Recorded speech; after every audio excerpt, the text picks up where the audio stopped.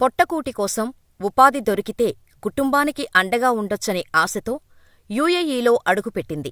కుటుంబానికి ఆర్థిక భరోసా అందించటానికి, పుట్టిన ప్రాంతాన్ని, అయినవారికి దూరంగా ఉండటానికైనా మనస్సు చంపుకొని పనికి కుదురుకుంది. కాని ఉపాధి కల్పిస్తామని చెప్పినవారే నట్టేట ముంచేశారు. ఉపాధి కోసం వెళ్లి ఉరికంభం ఎక్కింది. యూఏఈ ఉరికంభం మీద ప్రాణాలు వదిలి దాదాపు 20 రోజుల తర్వాత తమ కూతురు ప్రాణాలతో లేదని తెలిసింది. ఇంతకంటే మరో ఘోరం ఏమీ ఉండదేమో. ఈ ఫోటోలో కనిపిస్తోంది కదా, ఈమె పేరు షేజాదీ ఖాన్. యూపీకి చెందిన ఈమె గత కొంతకాలంగా అబుదాబీలో ఉంటోంది. 33ఏళ్ల షేజాదీ ఖాన్ యూపీలోని బాంద్రా జిల్లాకు చెందిన మహిళ. టూరిస్టు వీసా మీద 4 ఏళ్ల క్రితం అబుదాబీ వెళ్ళింది. షేజాదీ ఖాన్ని ఫైజ్, నాడియా అనే దంపతులు టూరిస్టు వీసా మీద అబుదాబీకి తీసుకొని వెళ్లారు.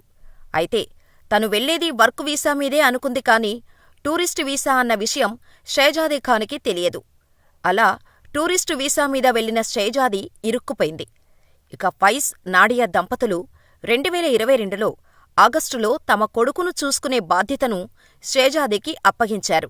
షేజాదీకి కేర్ గివర్ కింద ఆ బాధ్యతలు తీసుకుంది. 2022 డిసెంబర్ 7న 4 ఏళ్ల ఆ చిన్నారిని వ్యాక్సినేషన్కు తీసుకెళ్లింది. అయితే అది కాస్త విషాదాంతమైంది. వ్యాక్సిన్ వికటించి ఆ బాబు మరణించాడు. ఆ చిన్నారి మరణానికి కారణాలు తెలుసుకునేందుకు పోస్టుమార్టం కోసం తల్లిదండ్రులు అంగీకరించలేదు. సరిగ్గా ఈ ఘటనకు ముందే షేజాదీని అక్రమంగా రవాణా చేసినందుకు ఫైజ్, నాడియా దంపతులపై కూడా కేసు నమోదైంది. అయినా సరే నాడియా దంపతుల కొడుకుని షేజాదీ బాగానే చూసుకునేది. ఇక వ్యాక్సిన్ కారణంగా ఎప్పుడైతే బాబు చనిపోయాడో ఆ కేసు షేజాదీ మీద పడింది. తనను అక్రమంగా తీసుకొచ్చామన్న కోపంతో తన కుమారుడిని షేజాదీ చంపేసిందని కేసు ఫైల్ చేశాడు ఫైజ్. అయితే తనకు ఏ పాపం తెలీదని కోర్టుల చుట్టూ తిరిగినా ఫలితం దక్కలేదు.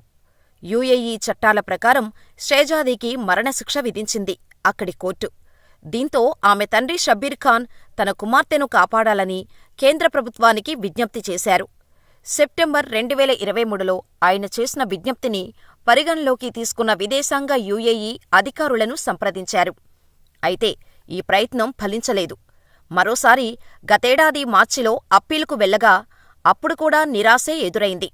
అక్కడి చట్టాల ఆధారంగా షేజాదీకి అక్కడి కోర్టు మరణశిక్ష విధించింది. ఇదిలా ఉండగా మరణశిక్ష అమలుకు ముందు గత నెల 16వ తేదీన చివరి కోరిక ఏమిటని అడగ్గా కుటుంబ సభ్యులతో మాట్లాడాలని ఉందని షేజాదీ చెప్పింది. దీంతో కుటుంబ సభ్యులకు ఫోన్ చేశారు జైలు అధికారులు. అయితే తాను నిర్దోషినని కుటుంబ సభ్యుల ముందు కన్నీటి పర్యంతమైంది షేజాదీ. ఎలాగైనా తనను కాపాడాలని ప్రాధేయపడింది. అంతలోనే టైమైపోయిందంటూ ఆమె దగ్గరనుంచి ఫోన్ లాక్కున్నారు. అయితే అదే చివరిసారి ఆమె కుటుంబంతో మాటలని తండ్రి అంటున్నారు. కూతురు నుంచి ఫోన్ రాగానే షేజాదీ తండ్రి వెంటనే భారత విదేశాంగ శాఖకు ఫిర్యాదు చేసినా ప్రయోజనం లేకపోయింది. అసలు తన కుమార్తె ప్రాణాలతో ఉందా లేదా అనే విషయం తెలుసుకునేందుకు ఢిల్లీ హైకోర్టులో షబ్బీర్ పిటిషన్ వేశారు. అయితే షేజాదీని ఫిబ్రవరి 15నే ఉరితీసినట్టు తాజాగా కోర్టుకు భారత ప్రభుత్వం తెలియచేసింది. భారత ప్రభుత్వానికి దీని గురించి ఫిబ్రవరి 28న యూఏఈ సమాచారం ఇచ్చిందని అదనపు సొలిసిటర్ జనరల్ చేతన్ శర్మ ఈ మేరకు సోమవారం అఫిడవిట్ దాఖలు చేశారు. అధికారులు సాధ్యమైనన్ని సహాయాలను అందిస్తున్నారని, ఆమె అంత్యక్రియలు మార్చి 5న జరగనున్నాయని వివరించారు.